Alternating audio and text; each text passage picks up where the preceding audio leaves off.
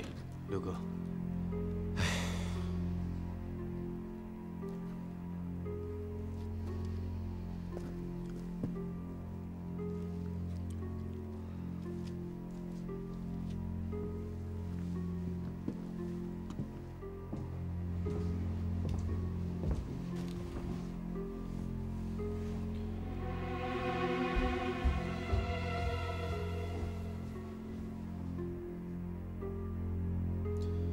藤井先生，你在电报上说得很清楚了，我都知道。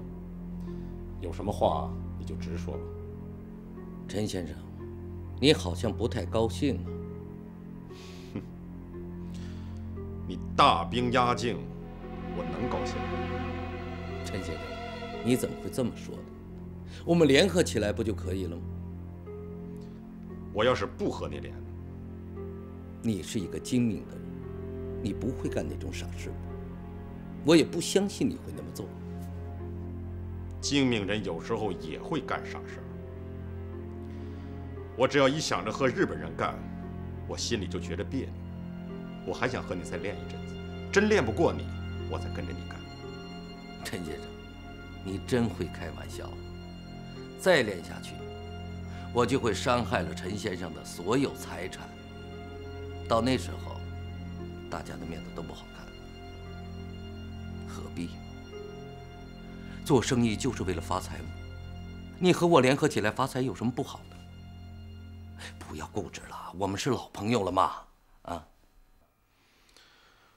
我们是多年的老朋友了。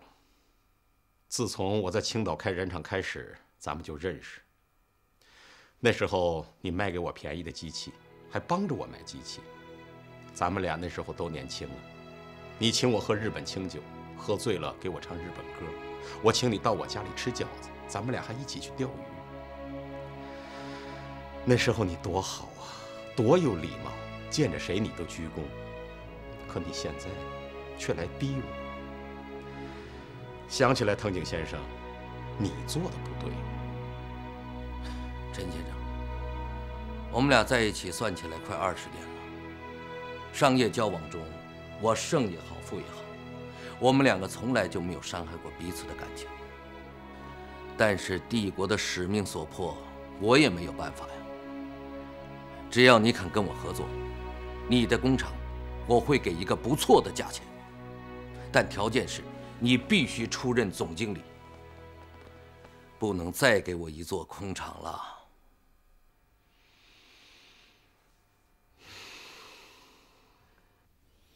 陈先生，你就说个数字吧，我不会驳你面子的。要卖也不是现在，我还想跟你再练一阵子。如果我真败了，我1分钱不要，红炬染厂归你，我跟着你干。那还有什么意义呢？青岛2个厂日夜开机，就等我的电报。只要接到我们谈判失败的消息，整列车的布就会像洪水一样涌来。我请教一下，陈先生你，还有林香荣、3元，能顶得住吗？这种抵抗有意义吗？你们军队都一枪不放，你这是干什么呢？我要真的和那帮窝囊废一样，你用得着费这么大劲吗？藤井先生，我还是那句话，我们大家是老朋友了，各自留一点面子。真要干起来，大家都不好。国民政府虽然狗屁不是，中国商人却比他们强得多。以后你到济南来，不要这种样子，来逼我跟你合伙。如果不那样的话，咱们还是朋友，我还请你吃包饺子，好吗，藤井先生？你的意思，我们谈判失败了？我本来就没想过成功，只是觉得大家是老朋友了，不应当弄得这么僵。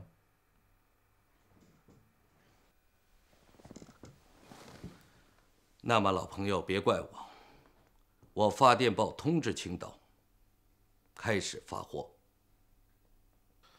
藤井先生，你这是要走吗？怎么，陈先生，我们还能再谈吗？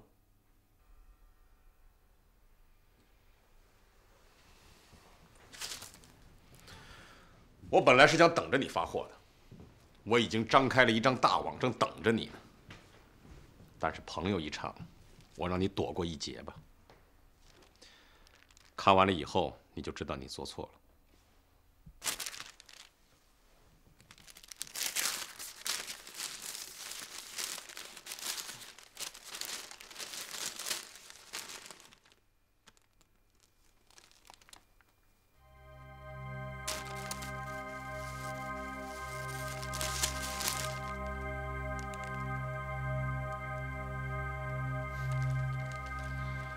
藤井先生，当初我卖给你空场那件事儿，咱们扯平了。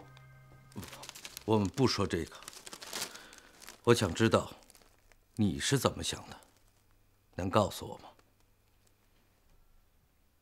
很简单，水往低处流，货往高处走。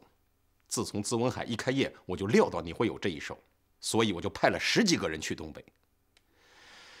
你们控制着整个东北市场啊！你们在东北市场，染色布卖2毛8一尺，花布卖3毛2一尺，真狠呐！你们这是榨中国人的油啊！除了你们日本本国的布，只有你的思雅牌才可以进入东北市场。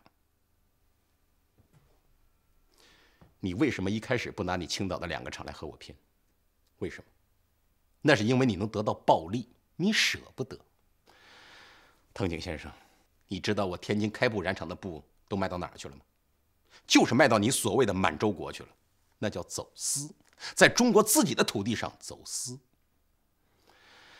藤井先生，你知道现在有多少人往东北走私布吗？成千上万，小到几丈，大到几件，你还用运到济南来吗？根本不用，我在青岛就全部给你收了。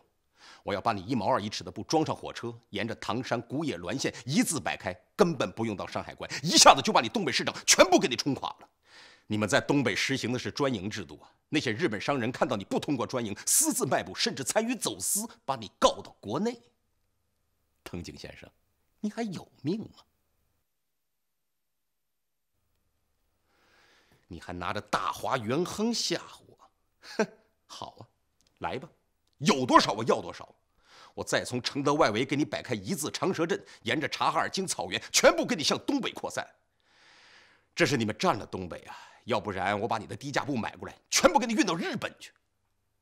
藤井先生，你知道卢家驹先生干什么去了吗？啊，陈先生，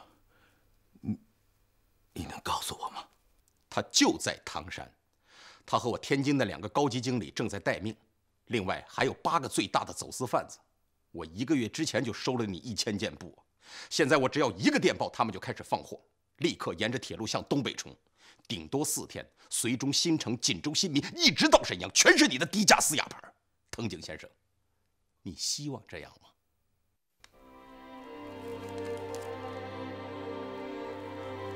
陈先生，不要这样，不要这样！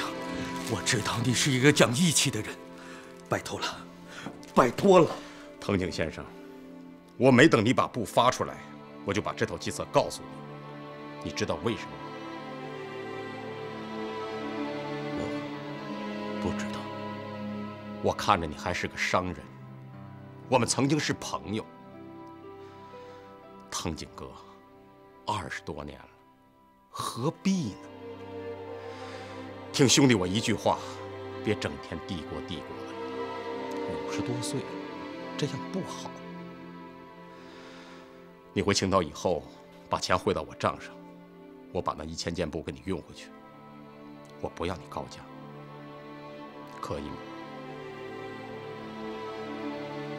陈先生，不管2国之间关系怎样，今天你让我看到了什么是朋友。告辞了。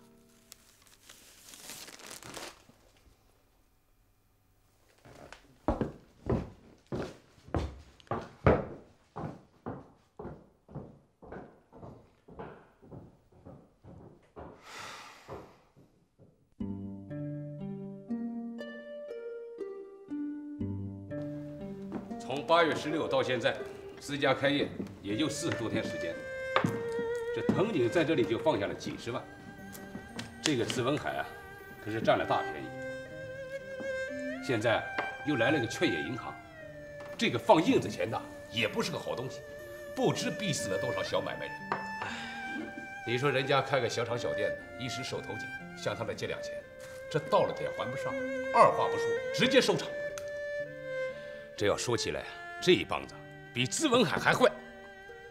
你说说，这济南府本来是个人杰地灵的地方，出过李清照，出过辛家轩，怎么到了现在竟出些王八蛋呢？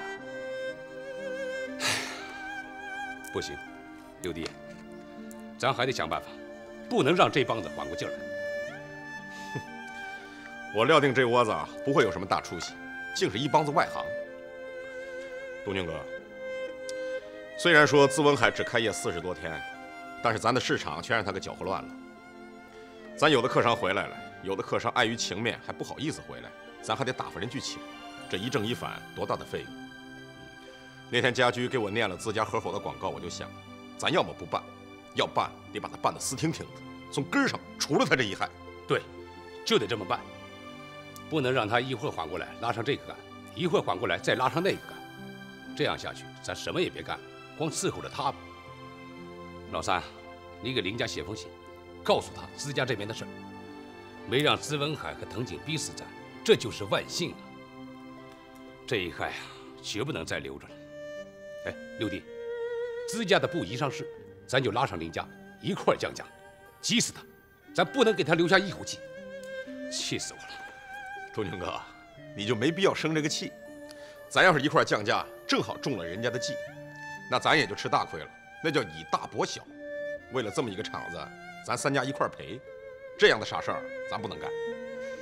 资有德这小子还真不要脸，前天提着点心到我们家去了，要讲和，还说一块共同发展。我一想也没必要当场把他轰出去啊，就跟他一块瞎扯。扯着扯着吧，这小子来神了，非拉着我出去喝酒。喝就喝呗，我灌了他几杯。这小子跟我说，他说李万奇到上海请高人去了。哎，刘哥，我就不明白了，你说咱这一行里还有什么高人啊？哼，高人不高人的那是后话，天外有天那也说不定。至于讲和啊，他想打就打，想和就和。咱这些爷都是中国机器印染的开山祖师爷，他算个什么东西？不能讲和。我现在琢磨着不是和他讲和，我现在琢磨着让他如何开不了业。对，不能便宜他。哎，刘哥，你说你为什么不等藤井把布全放出来之后，你再办他？老三呐，没那个必要。你知道我为什么那天跟藤井好言好语的叙交情？我是愣把藤井往好人堆里推呀。这帮日本人可都是狼啊！当初他往家居家又是打枪又是扔手榴弹的，咱要是弄上几千件布往东北这么一冲，藤井肯定能给逼急了。藤井要是逼急了，杀人的事真能干得出来啊！我说兄弟，多年前藤井曾经跟我说过这么一段话，我觉得是真话，我也挺感激他。那是多年前藤井跟我在一起喝酒，他酒喝多了，拉着我的手跟我说：“国家太弱，个人太强，就容易吃亏。”哎，东俊哥，你知道我这辈子最佩服谁吗？谁呀？家驹他爹。哦，你说说。卢老爷子的眼力、才分和见识，绝对不在上海林伯清之下，甚至还高。当初人家是东家啊，又是占这么大的股份，却让着咱倒着4-6分成，一般人能做到吗？我在青岛刚干了1个月，卢老爷子专程去了一趟青岛，当着我的面儿，他把家驹赶出去了。他从怀里拿出一张纸，我是不认字儿，老爷子一个字一个字的教我认，就这一行字儿，让我一辈子受用不尽。什么字？很简单。君不密则失臣，臣不密则失身，己事不密则成害。你说这么大的事儿，我敢说出来吗？我要是说了，你们俩不一定谁一高兴说走了嘴，那怎么办？当时家驹、涛飞和文东都在唐山呢。唐山离日本人这么近，藤井要是派人杀了他们仨，你说怎么办？哎呀，这书啊，看什么人读，什么人用，根本就不在多少。六子，我可是服了你了啊！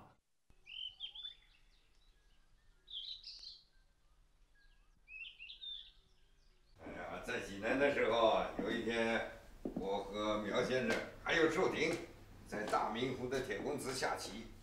我用了个巡河炮，杀的寿亭是无法抵挡啊！哎，这次啊，他和藤井最后谈判的前一天，给我来份电报，上面写着小侄将用前辈之巡河炮狙击藤井。其实啊，他是成竹在胸，来份电报让我放心的。哎呀，这个人我太喜欢他了，这些天一直在想着，哎，给他写一幅字啊，你看看啊，写的怎么样啊？一炮巡河，三言欲握，怎么样？好，我看着你写的什么都好。哎，我不是问你写的怎么样，我问你对的怎么样。1对3，这是数字对数字。炮是兵器，言也是兵器。诸葛亮舌战群儒，骂死王朗，都是用的言，这比炮还厉害。好，对得好。你这正和李笠翁那个天对地，雨对风，大陆对长空，来鸿对去雁，宿鸟对鸣虫，对得严实。国庆啊，我盼着你天天这么高兴。爸爸，妈妈，我有点事情想问问你，看看这个事要不要跟寿亭去说说。什么事啊？你们父子俩谈吧，我上楼去了啊。好。赵东初来了封信，说那个模范染厂又和银行搞到一道去了，还说那个姓资的在上海挖高人。我马上派人出去打听了，原来是昌盛厂那个马子雄被模范染厂拉过去了。哎呀，这可是太过力了！马子雄是精通印染行业各个环节的顶尖高手，他要是去了济南，那个汉奸厂又要作乱，恐怕连寿亭都对付不了他。哎呀，这些个人呢，你看我们那么样的请，出那么大的薪水，他们就是不肯来，为什么偏偏要替汉奸厂去干呢？当初我们兼并昌盛的时候，要不是因为这个马子雄，我们也不用花那么大的力气了。是李万奇拉他去的，说那个厂答应给马子雄2成股份。香荣啊，这就是我们应该检讨的地方了。看来我们给马子雄出的价太低了。中国人不是一直有个说法吗？叫做一人兴邦，那当然也可以一人兴厂喽。哎，他要是去别的地方倒也还好，可偏偏是去了山东，又是因为我们没能留住他。哎，阿荣，你看这样行不行？来，走。我们能不能多出点钞票？把他从山东再挖回来。有件事情你不晓得，寿亭打败藤井之后呢，我到济南去喝喜，我专门请了所有上海在济南的师傅吃了一顿饭。寿亭和赵东初当时也在场，我就跟寿亭商量，想把模范染厂的师傅全部给他挖过来，但是他们没有一个人敢出来啊，说资家是律师，要是毁约，立刻就会被起诉的。我想这个时候啊，马子雄已经和模范染厂签了合同了。哎呀，模范染厂要是有这么一位能人当经理，身后又是一家银行，那要不了多久，又是一场大战。哎，你看藤井刚刚偃旗息鼓，又来了个马子雄。哎，我说你赶紧把这些情况告诉寿亭，让他好有所准备。好的，我马上发个电报给他。不，我写封信，详细跟他介绍马子雄的情况，然后派人给他送过去。对，一定不能让这个汉奸厂东山再起。想想寿亭办的那些事情啊，漂亮，马子雄根本就不是他的对手。你不能大意啊！当初马子雄没有把昌盛搞好，那是因为那些股东都是外行，发财心切，竟给他捣乱。马子雄并没有完全按照自己的意思去办。当初昌盛要交给马子雄全权经营啊，那昌盛可能就是上海最大的印染厂。现在模范厂这个父子俩了嘛，哎，我看他们在用人上倒是很有一套的，连李万奇这样的人都受到他们的重用，那说明他们很会看人的。不能大意，不能大意。你抓紧办吧，赶紧去办啊！哦，对了，我给寿亭写了一幅字，本来想裱好以后寄给他的。既然有人去，就带去吧。你在信上一定要说一句，就说让他有时间的话到上海来一趟，我很想他。好的，马经理不愧是印染界的精英啊！哪里？我跟高经理都是外行。只不过呢，您能不能再说的具体一点？最好举个实际的例子。我是律师出身，最注重实际的例子。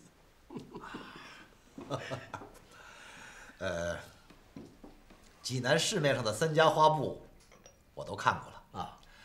从印工上讲，还都不错，但是缺少了一道工序。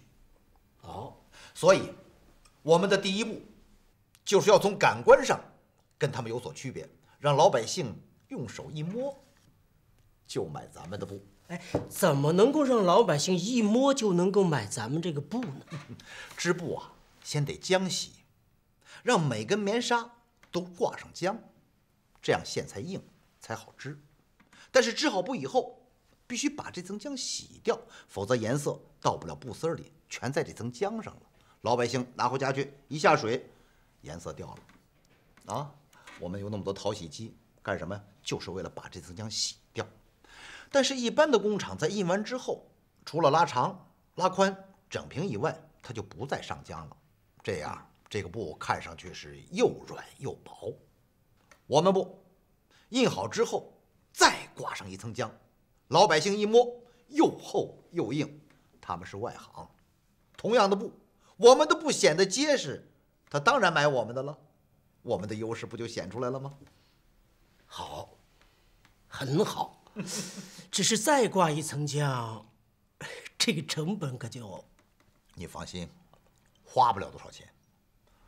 一件布最多1块钱，可是效果就大不一样了。我在昌盛的时候，跟林祥荣用同样的销布印花，可是他的虞美人硬是卖不过我昌盛的兰贵族啊！哎，可惜啊，昌盛的那些股东们不懂行，不舍得花这1块钱，不舍得挂浆。要我说，昌盛倒，他就倒在这1块钱上了。那么陈六子如果要挂浆呢？每个行业都有自己的诀窍。同样是德国海德堡的印花机，陈六子为什么印不出花布，非要到上海去请师傅啊？你说挂浆，林祥荣他也挂过，挂的让人看出来了，他就不能再挂了啊！你放心，等挂浆机来了以后，我稍加改动，只要我们保密，陈六子他绝对学不去。这个没问题。那个机器呢，让我乡下的那些个亲戚开，谁也进不去。那好，那好。再有就是价格问题了，价格还要低啊！当然我知道，现在市面上花布的价格已经很低了，几乎没有什么利可赚，成本大家也都差不多。但是在这种情况下，我们还是要想尽办法把成本给它拉下来。怎么拉下来呢？怎么拉下来？我们招标。招标？对。上海布也罢，日本布也罢，谁的价钱最低，我就用谁的。中标者就是我们今后长期的供货商。这样一来，他们为了得到用户，肯定互相压价啊！我们再把上海路德拍卖行请来，所有的竞标者都必须先付保证金。到时候如果不能如期按价交货，这些保证金归我们所有。你放心，董事长。日本的大件最多75元，本部的小件儿最多不会超过60元。好，太好了！过不了2年，我就是山东印染界的老大。马经理，全靠阁下了。董事长，事不宜迟啊！如果董事会决定的话，明天我就回上海发标书。好，我一切听您安排啊。六哥，按祥荣这么一说，这姓马的还不是等闲之辈啊？可不是嘛！你想想，资文海是什么人？如果不是真有两下子，他能给你2成的份子。一炮寻河，3年玉窝，行。哎，这2行字我算认识了。哎，家驹啊，上面这一行肯定是一炮寻河，因为1我认识，3我也认识，东明哥。哎呀，六弟啊，你就快别看了啊，反正天天在这挂着，你就慢慢看吧。先说说咱怎么赢敌。有了我这寻河炮啊，别说姓马的了，姓吕的也得趴下。哎，东明哥坐，东叔。六哥，祥荣在信上说这成品挂浆是怎么回事？为什么他挂不上，那姓马的就能挂上呢？什么？你说什么？挂什么浆？切，都光绪年间的工艺了都。哎，这挂浆我挂过，是不好挂。东军哥，你知道当年我在周村是怎么让那些染坊趴下的啊？靠的就是挂浆。回头我把柱子叫来，那是我挂浆的大弟子啊，模范染厂马经理挂浆的老祖宗。哦，你说说怎么挂？东军哥，你也好意思问呢？干咱这一行的，讲究的是江里来水里去，这才干了几天机器啊，你把挂浆给忘了。中午你请饭啊。哎，我请。你说说怎么挂？我说的是机器挂浆。我先说说你是怎么挂的。你布印出来之后，拉宽整平全完了，这才挂浆。那浆还在上面浮着，老百姓一眼就看出来了，你还挂不匀是不是？哎，你是怎么知道的？这你得问家驹。德国印花机啊都带挂浆机，我是嫌乱全给撤了。挂浆机上的说明书就是这么说的。哎呀，你快说吧。你是挂单浆还是挂双浆？你是不是想让布摸起来有点厚？哎呀，你快说怎么挂！哎呀，六哥，你快告诉我哥吧，你看把他急的。中午饭你是请定了，听着，布印染完之后，干布下浆，浸透了再上甩干机，然后拉宽整平，这叫单浆。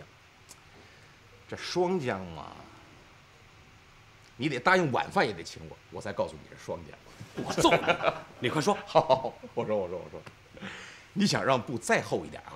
你这样，把挂浆机改一下，把2个滚筒调低了，滚筒下部站着浆转，在布整平之前，先从挂浆机上走一遍，然后趁热整平，这叫双浆，布也就能厚一点。东军哥、东叔，我那2个挂浆机啊，都扔在我厂西头放着呢。你们想要，哥俩临走的时候，一人扛1个回家。哎呀，小六子，你可是真行啊！哎，就这么简单，我怎么就是想不出来了？哎，今天晚饭我也请了。对，应该。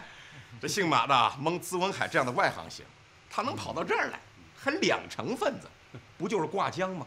老百姓买回去一下水，黏黏糊糊的，他能不骂咱吗？就他这样，还跑到济南府来吓唬我，把我惹急了，我用寻河炮啊，一炮我就结果了他。来，六哥，喝口茶。好。祥荣啊，寿亭收到你的信，好像没有把马子雄放在眼里啊。不要刚刚升了藤井就高兴得过了头。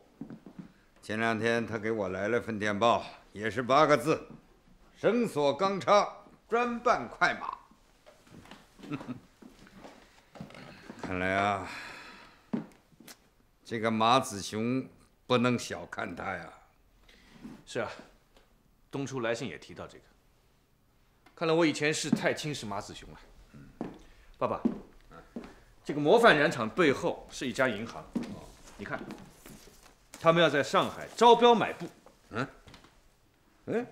他们这样干的话，那纺织行的水分全给抽干了，大家生意还怎么做啊？这个马子雄啊，在上海曾经搞过这一套的，他派一个人，专门往低处喊，你低他就跟着低，低的你都快吃不消了。哎，正好被他套牢。上一回啊，他是收的保证金，要是中了标不履约，那保证金就要被罚扣掉。当时的竞争还还不像现在这么激烈啊！你现在这样搞，不但上海的厂家都会去应标，我看连日本人、英国人都会参加进来。哎呀，那可是要拼老命的。不会有那么严重吧？你怎么看呢？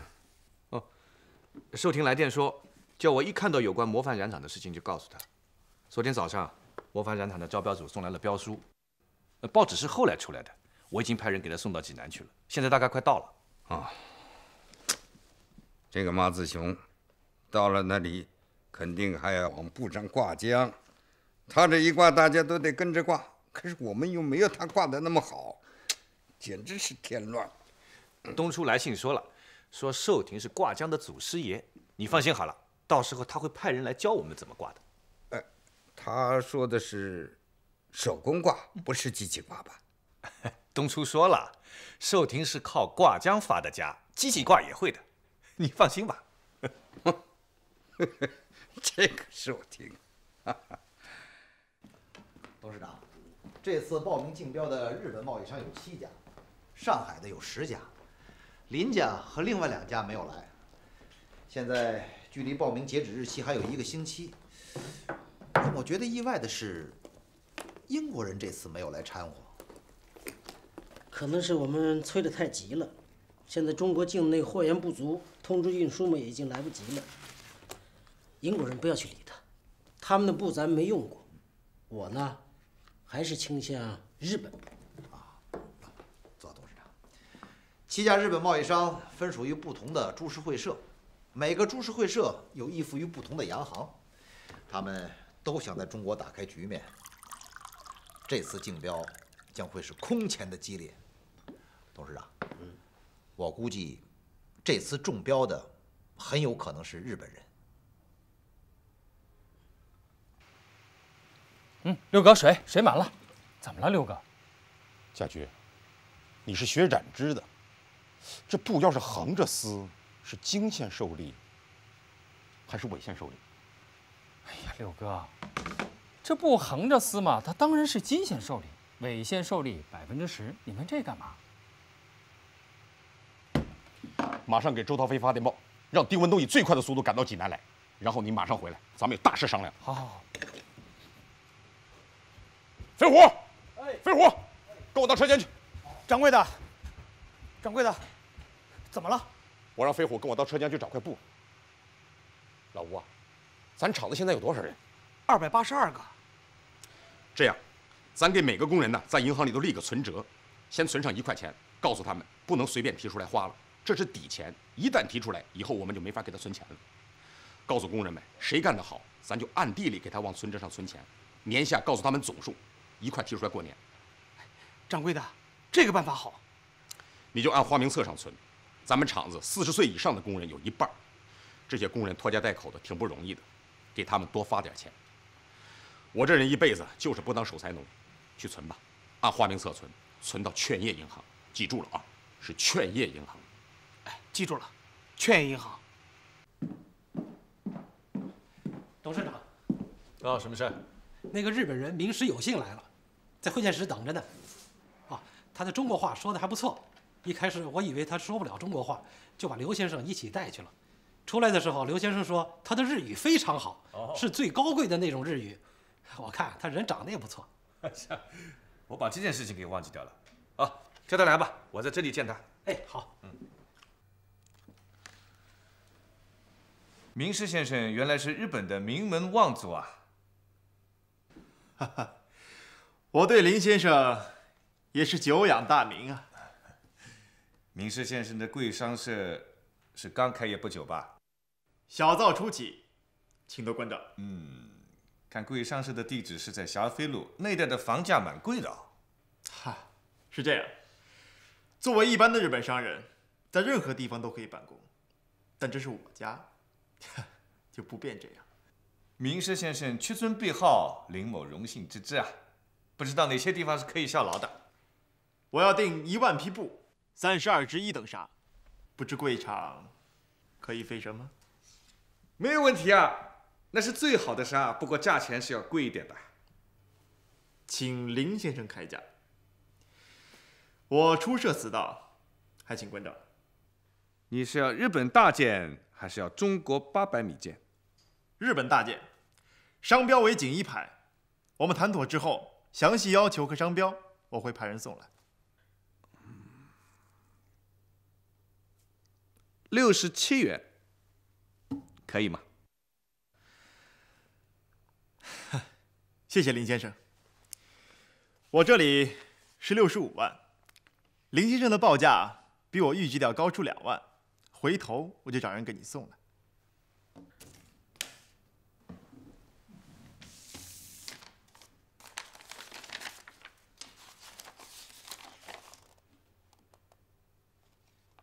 能替明师先生效力，林某不胜荣幸啊！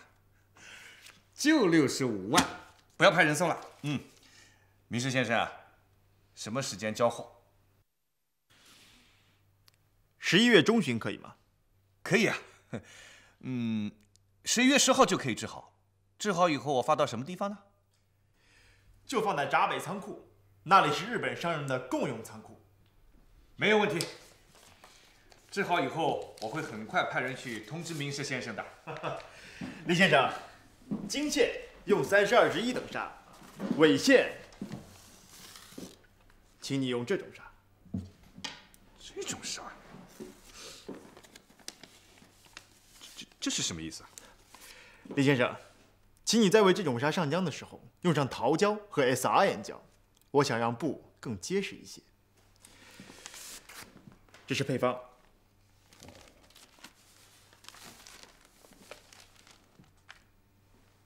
哦，好的，我一定按照明师先生的要求去做，一定把布织出来，我不会让你失望的。再见。再见。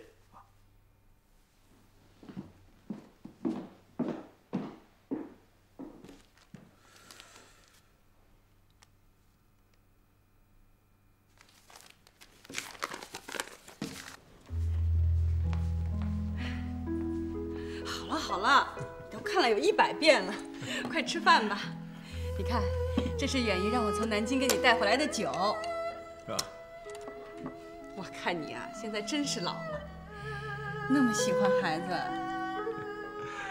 哎，彩琴，你看这孩子长得虎头虎脑的，我看像他爹。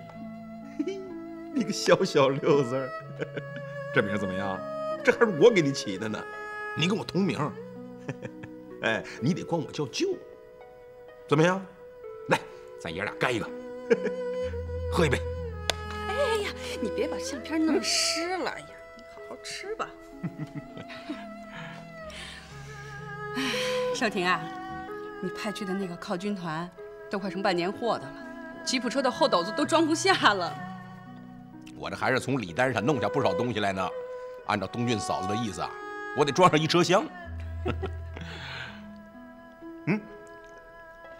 听家驹说啊，德国有那个叫什么冰箱，哎，那玩意儿可好啊，什么东西吃不了啊，往里一放，夏天都坏不了。咱中国是没那玩意儿。谁说的？咱妹子家就有，就在楼下的厨房里啊，像个大衣柜似的在那儿摆着，成天家嗡嗡，太吵。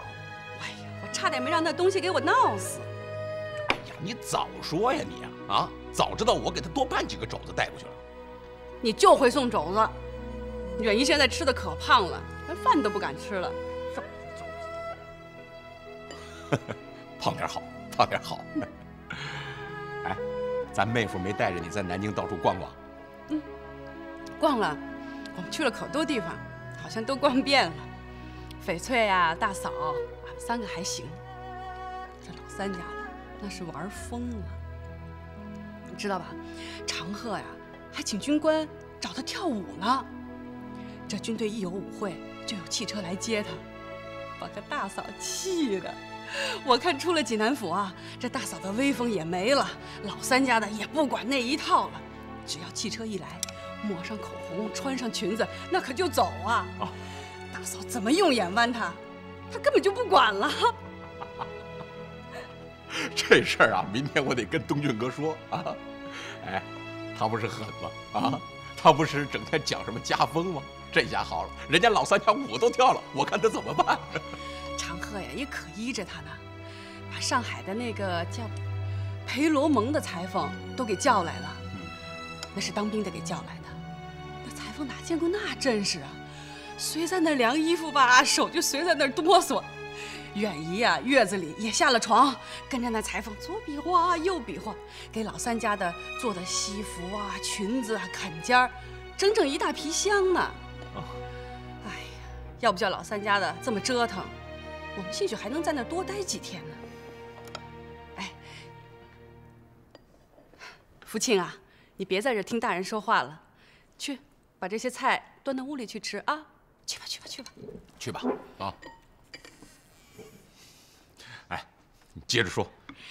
长贺啊，请了3个军官轮流陪着那老三家的跳舞。那3个军官都叫什么官来着？哎，都叫什么官来着？你看你，我也没去，我哪知道啊？哦，对了，叫校官。一个比一个精神啊，个个都会说外国话，把我吓得呀！我就跟远姨说啊，这要是老三家的跟着军官跑了，那我回去怎么跟老三交代呀？你笑什么呀你？这事儿我也一定跟赵东俊说，我看他怎么说。这事儿不能跟大表哥说啊，咱大表哥脸上挂不住。哎呀，蔡琴呐，这你就外行了。你想啊，人家为什么弄仨军官轮流请他？就是怕一个人老请啊，弄出感情来。这是为了让老三家的眼晕，让他看着一个比一个好。哎，可每一个呢都玩不长。哎，老三家跑了不要紧，你可别跑了。可话又说回来了，你也跑不动，你胖啊！我揍死你！别，揍死你！福庆还在屋里。